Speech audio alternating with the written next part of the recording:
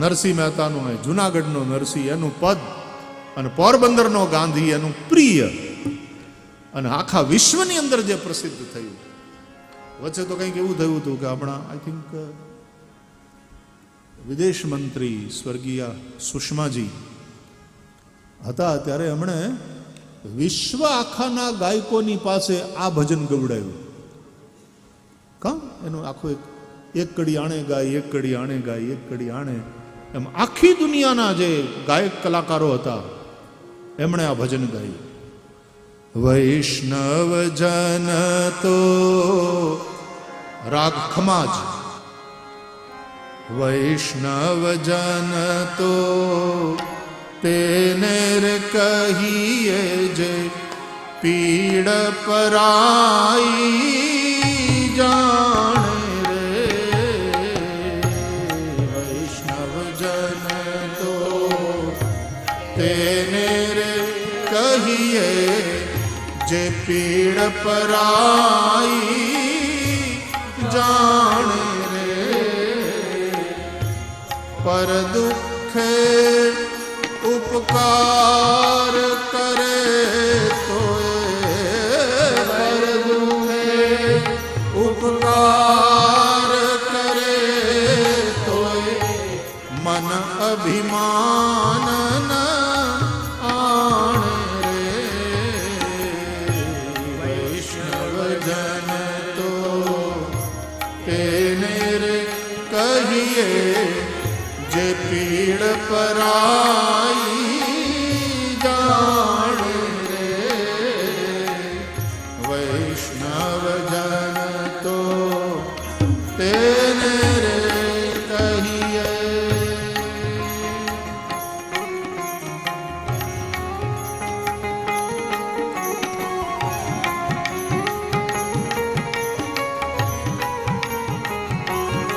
એની જ આ પંક્તિ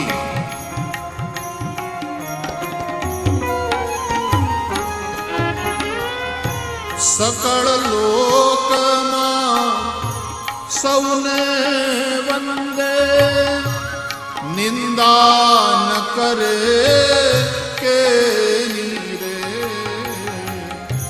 સકળ લોકમાં સૌને વંદે, નિંદા ન કરે કે રે.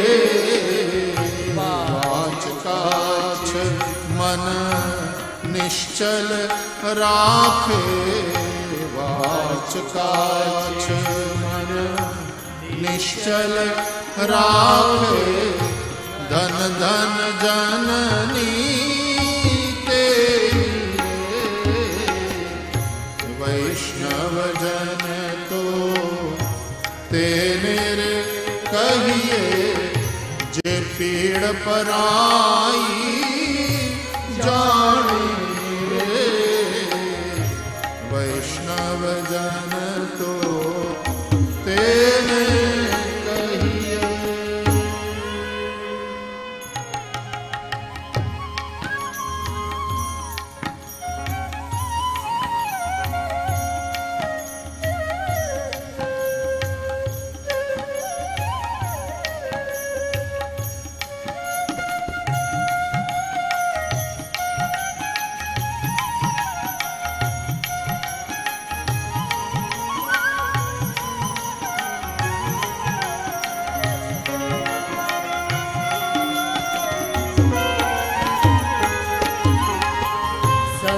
દૃષ્ટિને તૃષ્ણા ત્યાગી,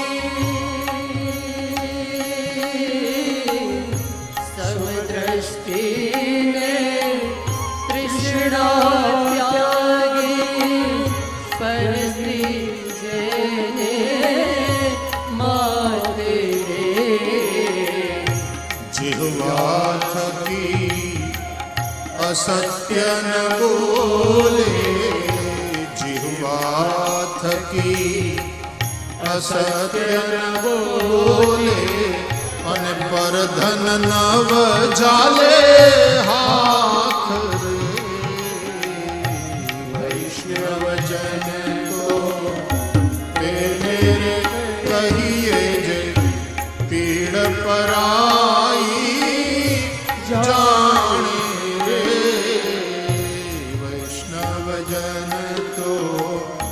તેને કહીએ.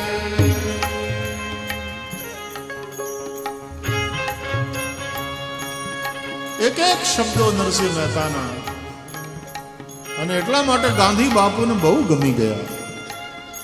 વિચાર તો કરો, સૌરાષ્ટ્રની આ ધરણી, અને અહીંયા કેવા કેવા નરપુંગવો પાક્યા.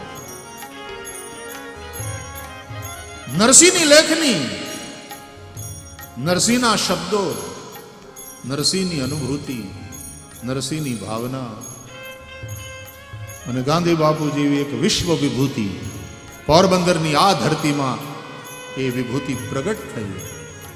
આખી દુનિયાએ એની નોંધ લેવી પડી.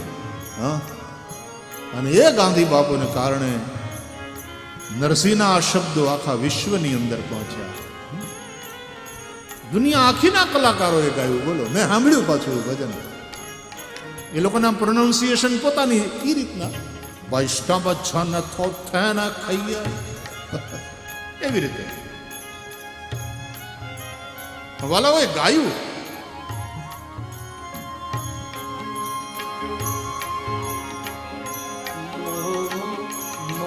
માયા વ્યાપે નહીં જે,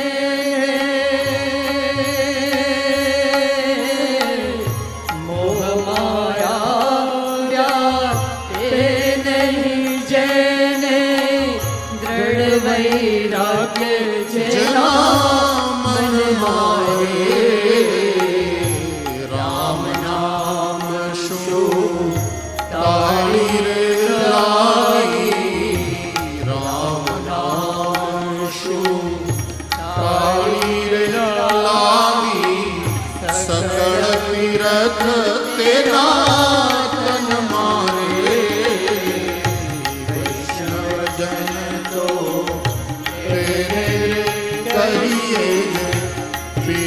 પરાઈ જાણે,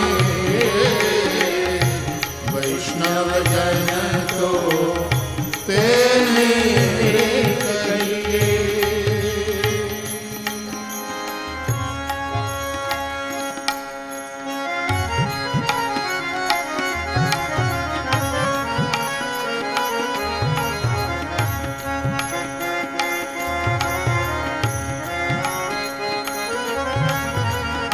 બધાય શાસ્ત્રોનું, ભાગવતનું જાણે આમાં અર્થ આમાં સમાઈ ગયો હોય એવું પદ. આ બધા ગુણોને ધારણ કરવા એનું નામ ધર્મ. વર્ણ લોભીને કપટ રહિત છે,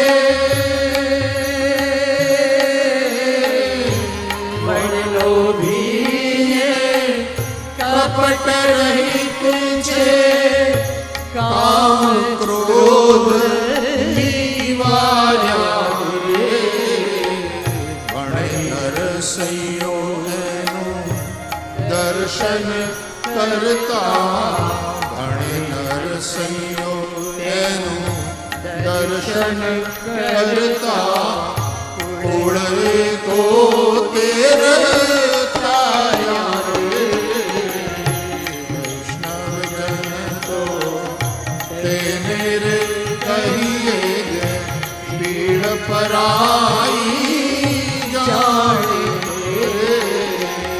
પર દુઃખે ઉપકાર કરે તોય, પર દુઃખે ઉપકાર કરે તોય, મન અભિમાન ન પાડે, વૈષ્ણવ જન તો તેને કહીએ, પીડ પરાઈ જાણે, વૈષ્ણવ જન તો તેને કહીએ, વૈષ્ણવ જન તો તેને કહીએ, વૈષ્ણવ જન તો તેને કહીએ.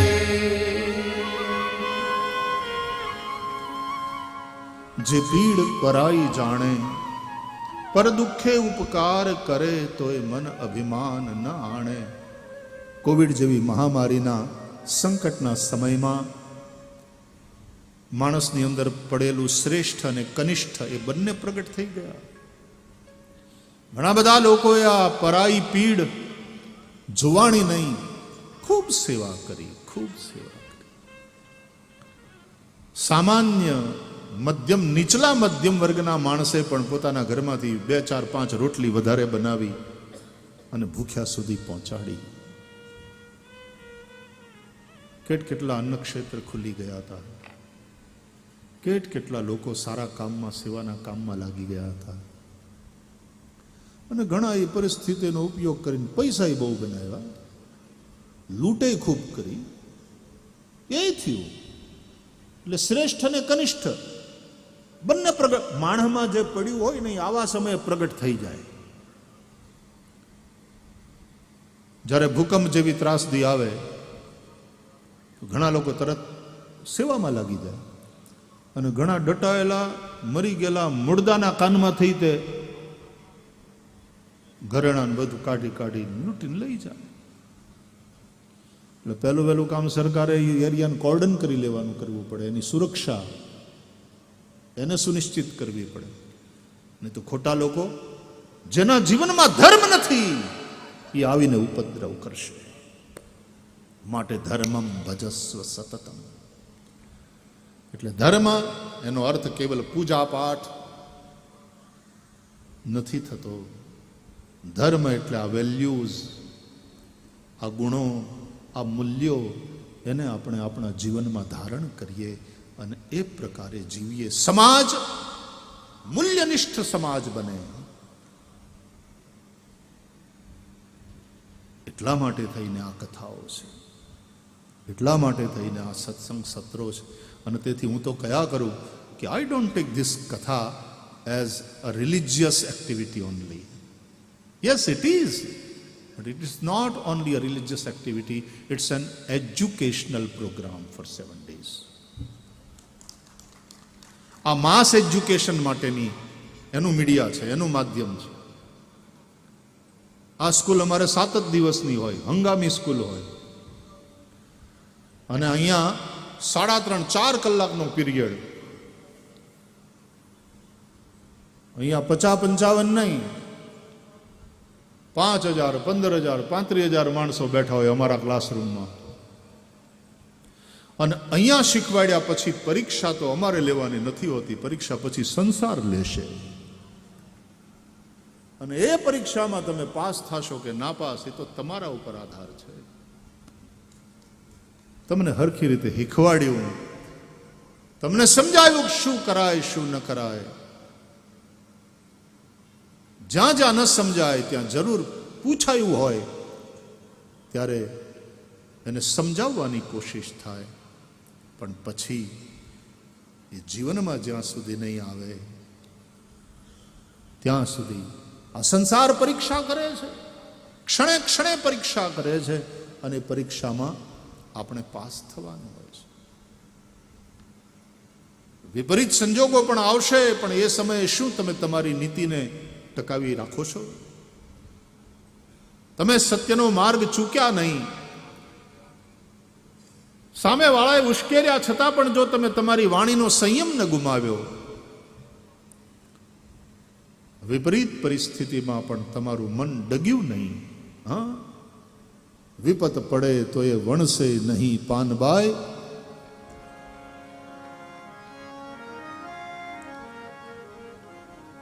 મેરું તો ડગે જેના મનડા ડગે નહીં પાનબાઈ. ભલે ભાંગી પડે બ્રહ્માંડ,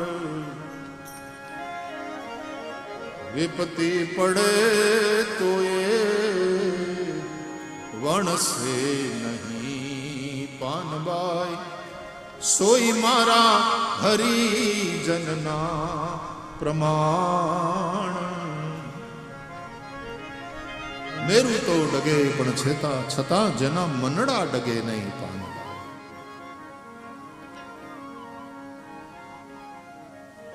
ટીવી ચેનલ્સ અને હવે તો એના કરતા વધારે આ સેલ ફોન.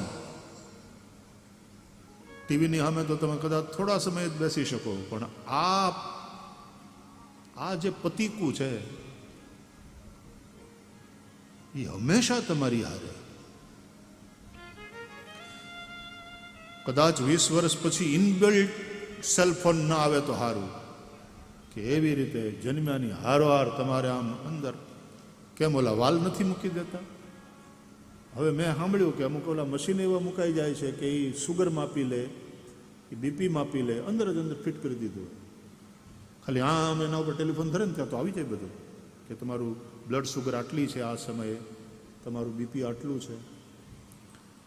એમ માણસના મગજમાં જ કંઈક એવી ચીપ ફિટ કરી દેશે કે અંદર જ ઘંટડી આવશે કે વિમલજીનો ફોન આવે છે. સીધું ક્યાંક આમ કાનને મરડવા બરડવાનું, પછી હલો, હા વિમલજી બોલો બોલો. આજુબાજુ જોવાવાળાને આમ થાય કોની હારે વાતું કરે.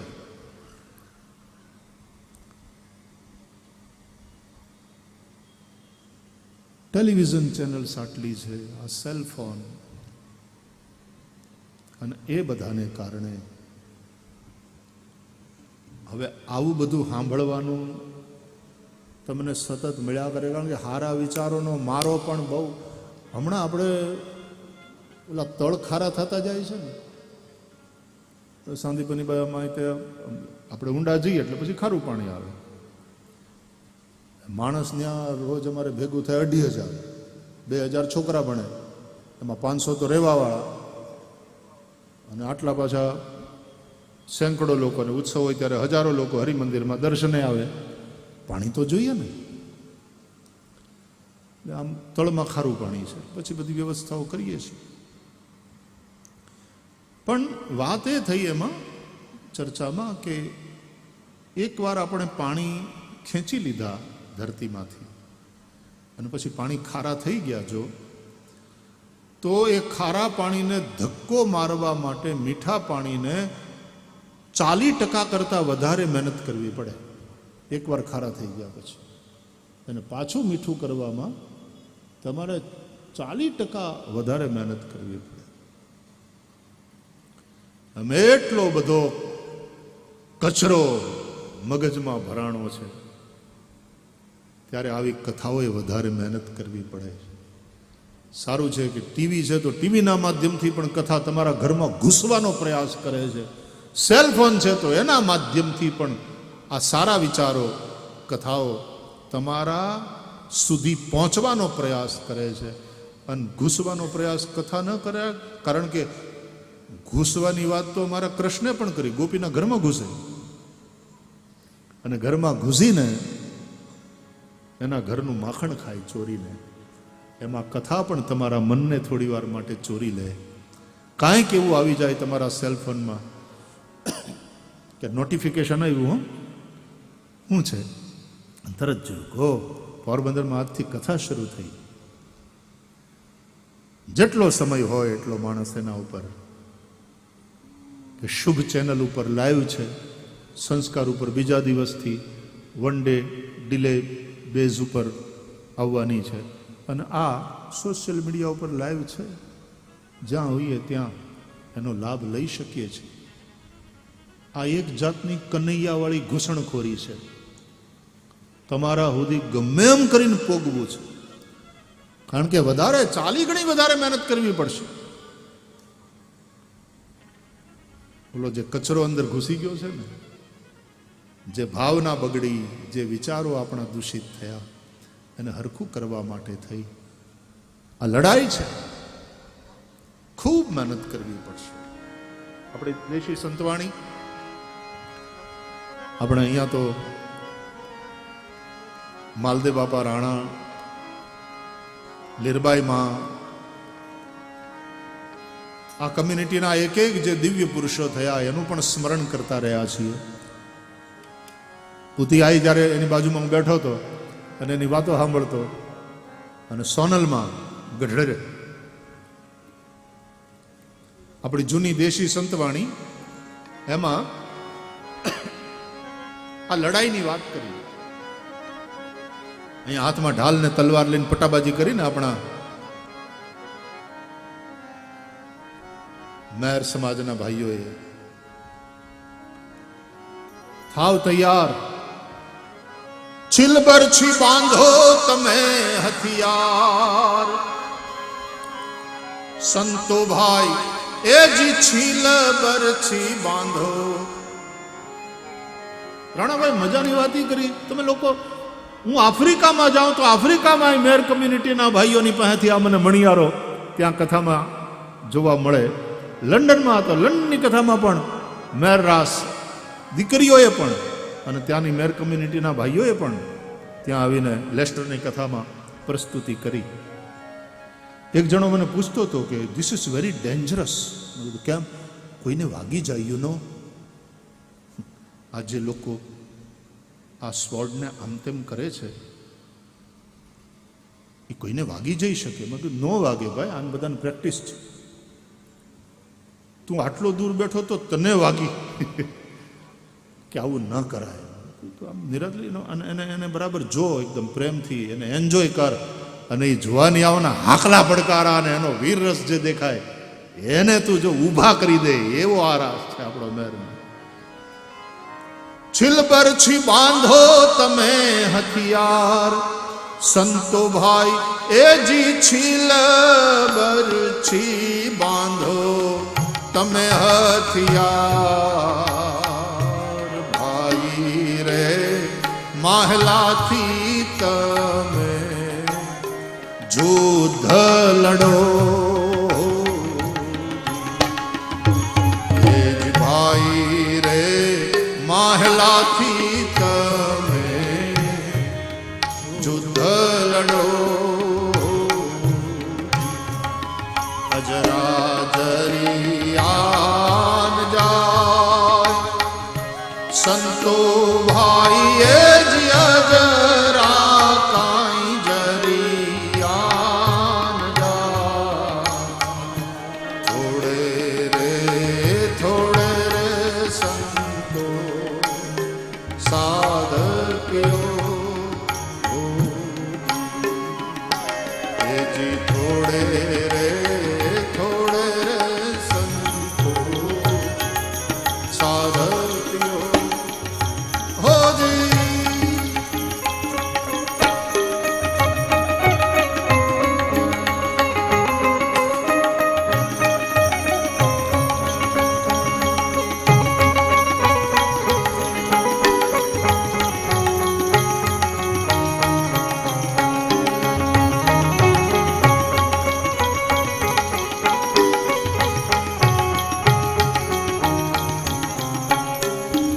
કળજુગ કાંટા કેરી છે વાળ.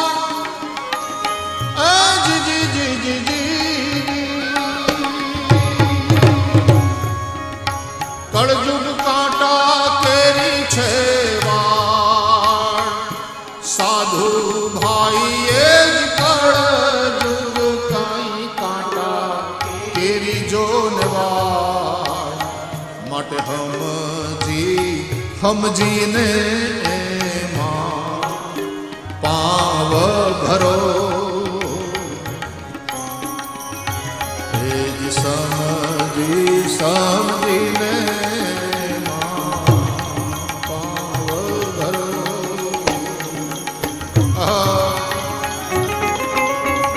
આ કળિયુગ કાંટાની વાડ છે ને એમાં આપણે ચાલવાનું છે. જીવનની જાત્રા કરવાની છે.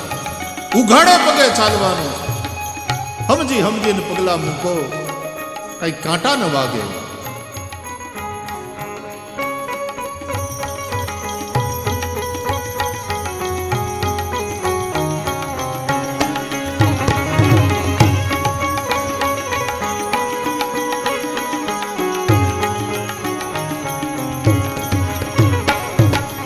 ચડવું છે મેરુડે આસમાન.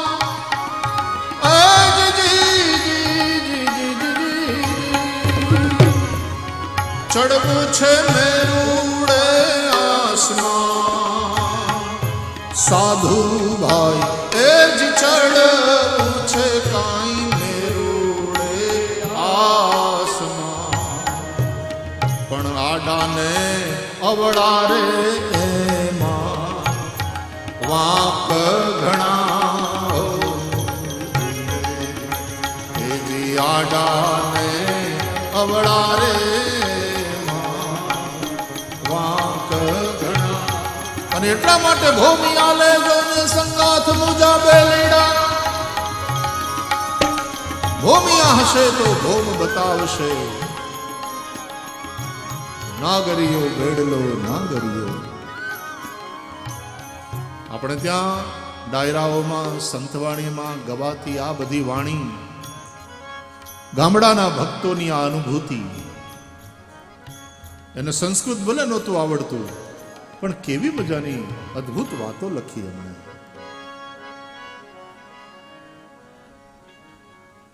તો આ કલિકાલમાં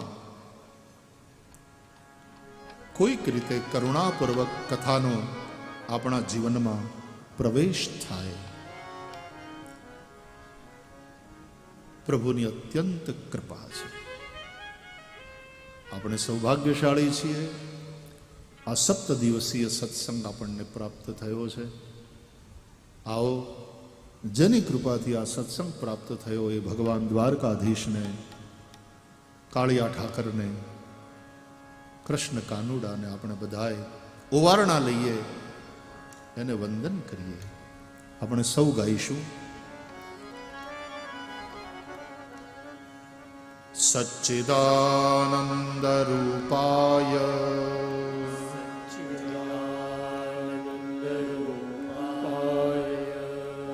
વિશ્વોત્પત્યાદિ હેતવે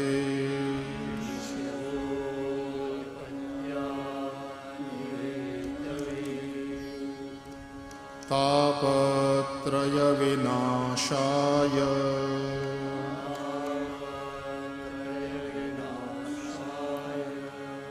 શ્રી કૃષ્ણાય વયમ નુમઃ.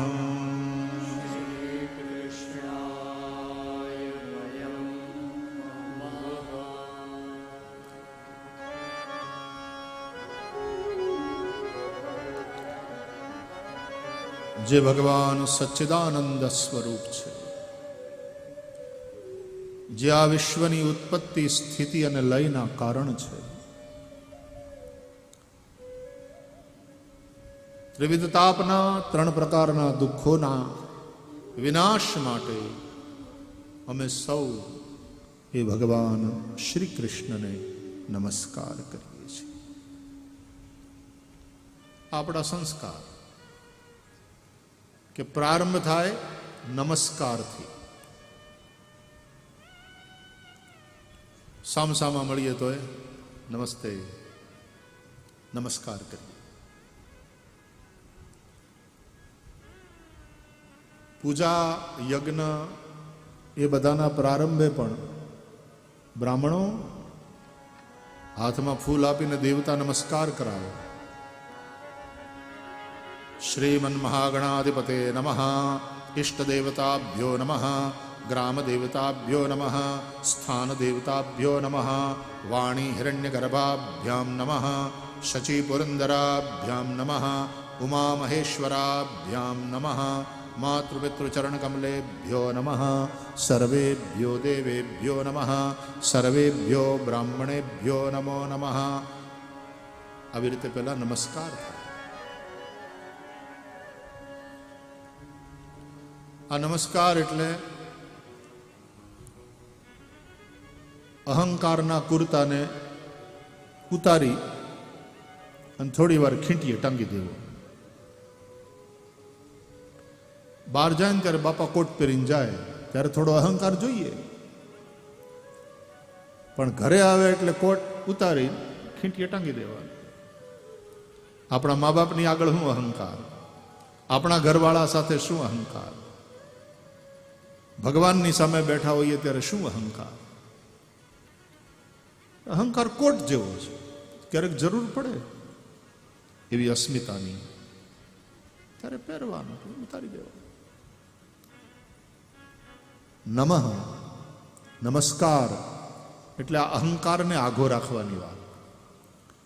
જ્યારે સામસામા મળે નમસ્કાર કરે ત્યારે અહંકારને આઘો રાખીને બે માણસ મળે તો ઝઘડા ન થાય. આ ઈગોની જ ટક્કર છે ને, વાંધા છે એ અહંકારના જ છે. પ્રારંભે ભગવાનને નમસ્કાર. સુમન અને નમન એ કૃષ્ણને બહુ પ્રિય છે. સુમન એટલે પુષ્પ અને સુમન એટલે સુંદર મન. નમન એટલે નમસ્કાર અને નમન એટલે ન મન.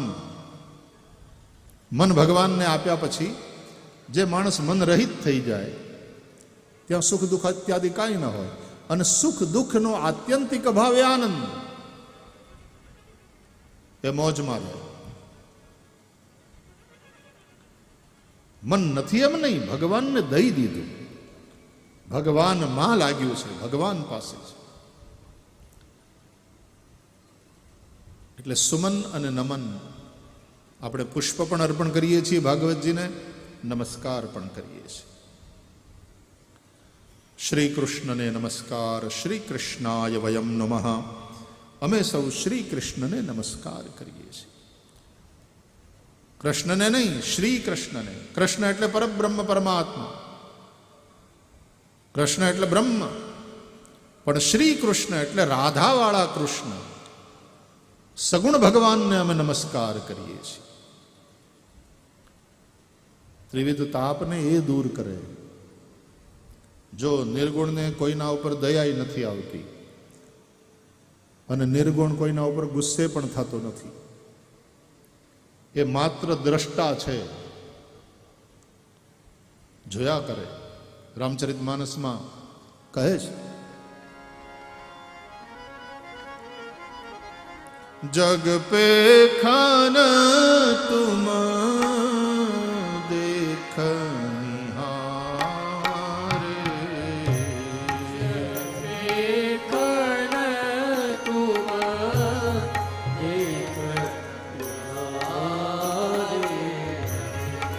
जग पे खाना तुम देख निहारे. जग पे खाना तुम देख निहारे.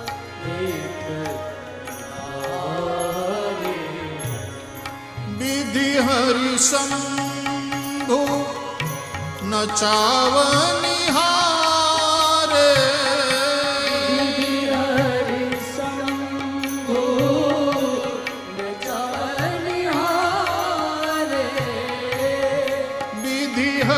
शंभु नचाव निहारे. हरि शंभु नचाव निहारे. तेवुं न जानई मरम तुम्हारा.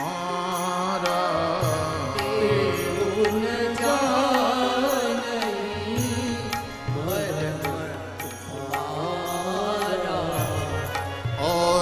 तुम्हारी को जान निहारा. और तुम्हारी जो जान निहारा. जान निहारा.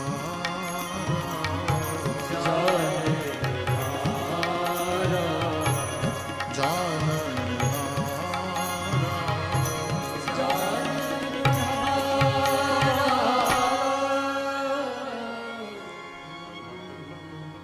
નિર્ગુણ નિરાકાર પરબ્રહ્મ માત્ર સાક્ષી માત્ર છે, એ જુએ છે. તમારા જાગ્રત, તમારા સ્વપ્ન, તમારા સુષુપ્તિ, એ ત્રણેયનો એ સાક્ષી છે. પણ જે તમને મદદ કરે છે, જે તમારી વારે દોડે છે, જે તમારા ત્રિવિધ તાપને હરે છે, એ સગુણ બ્રહ્મ છે. અને શ્રી રાધા એટલે ભક્તિથી સગુણ થયેલા એ પ્રભુ, એને અમે નમસ્કાર કરીએ છીએ. તાપત્રય વિનાશાય. દુનિયા આખી દુઃખી છે વાલા. પૈસા નથી એ પૈસા માટે દુઃખી છે, તો પૈસા વાળાય દુઃખી છે. સંતાન નથી એ પણ દુઃખી છે, તો સંતાનવાળા સંતાનને કારણે દુઃખી છે. આપણે ત્યાં એમ કે ને ગામડામાં કે પેલું ટપાલ લખે પછી એના ઉપર સરનામું કરે, જીવા ભગાને પોગે. એટલે જીવો દીકરાનું નામ ને ભગો એના બાપાનું નામ. એટલે સરનામું લખ્યું હોય જીવા ભગવાન પોગે, એનો મતલબ એમ થાય કે ભગવાન બીજું કોઈ ન પોગે, એને જીવો જ પોગે, એનો દીકરો. એટલે આપણે ત્યાં કહેવત છે કે જેને કોઈ ન પોગે એને એનું પેટ પોગે. તો ઘણા સંતાન નથી એટલે દુઃખી હોય, રડતા હોય, ને ઘણા સંતાનને કારણે રડતા હોય. દુઃખી સૌ છે. એ દુઃખના 3 પ્રકાર કહ્યા છે આપણા શાસ્ત્રોએ: આધિદૈવિક, આધિભૌતિક અને આધ્યાત્મિક. તુલસીદાસજી કહે છે દૈહિક દૈવિક ભૌતિક તાપા રામ રાજ કાહુહિના વ્યાપા. રામ રાજ્યમાં દૈહિક દૈવિક અને ભૌતિક તાપ એટલે દુઃખ પ્રજાને નહોતું. બધા જ સુખી હતા, નહીં દરિદ્ર કો દુઃખી ન દીના. રામ રાજ્યમાં કોઈ દરિદ્ર નહોતું, કોઈ દુઃખી નહોતું, કોઈ દીન નહોતું. દીન એટલે બિચારો, ખુમારી વગરનો, અસ્મિતા રહિત. કોઈ દુઃખી નહોતું. મનના કારણે કોઈ દરિદ્ર નહોતું, ધનના અભાવને લઈને. દૈહિક દૈવિક અને ભૌતિક આ 3 પ્રકારના તાપ હોય છે. આધ્યાત્મિક, આધિદૈવિક અને આધિભૌતિક એવી રીતના પણ પ્રકારો કહ્યા છે. દૈહિક તાપ, આધ્યાત્મિક, શરીરમાં રોગ થાય અને એને કારણે જે પીડાવવું પડે.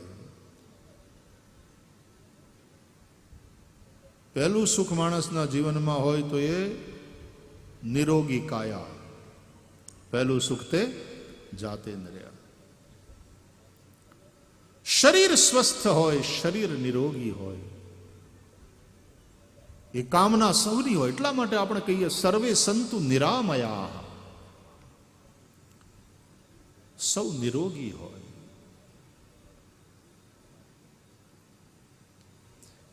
પછી ભૂખને કારણે થઈને ખાવાનું મળે નહીં, પછી જે દુઃખી થાય, તરસ લાગી હોય ને પાણી ન મળે ને દુઃખી થાય, આરામ ન મળે શરીરને હેરાન થાય. બધા દૈહિક તાપ છે, એ આપણે સૌએ અનુભવ્યા છે.